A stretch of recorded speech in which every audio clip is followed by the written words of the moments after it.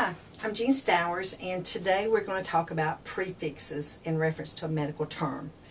Our medical terms are made up of word roots, suffixes, prefixes, and combining vowels. So our word element today is prefixes.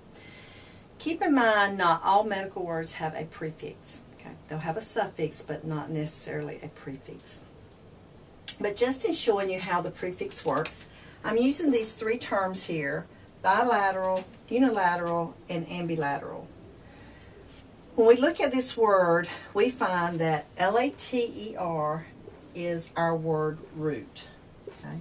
And remember back earlier we studied word roots. They're the foundation of the medical term.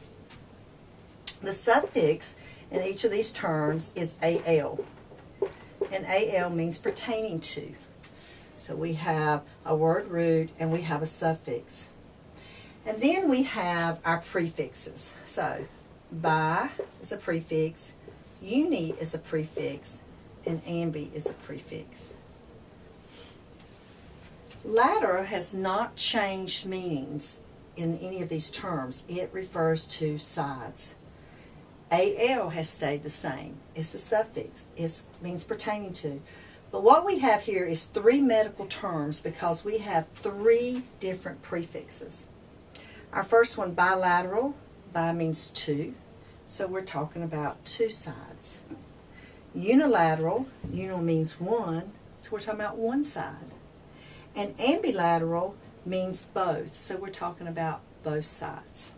So three new terms, three different prefixes, same word root, and same suffixes. Again, keep in mind that not all words have a prefix. Also, you do not use combining vowels when adding a prefix to a word root. We talked about how you use one when you're adding a suffix that begins with a consonant. But no combining vowels when connecting prefixes to word roots. Not every word has a prefix. And the last rule, when you define a term, you start with a suffix and you go to the prefix if there is one.